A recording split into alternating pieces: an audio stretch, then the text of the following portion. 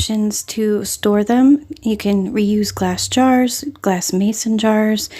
If you reuse plastic wrap, if you use those reusable bags, that's what I have here. I found these at my local Dollar Tree. There was 2 for $1.25, and they're like silicone. You can wash and reuse them. And I thought they made them look extra cute. They keep for a couple of days, but keep an eye out for mold. Some natural colors are more drying than others, so as you knead them and play with them, sometimes you have to add a little oil or water to them. And these are the finished colors. They were so fun to play with. We played with them for a couple of hours and the texture was so nice. There will be more videos in the future where I explore different colors.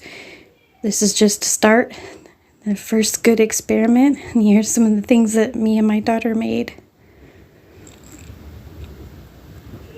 And so I thank you for watching, and I will put the recipe in the description box as well as my playlist for naturally colored baking and cooking videos.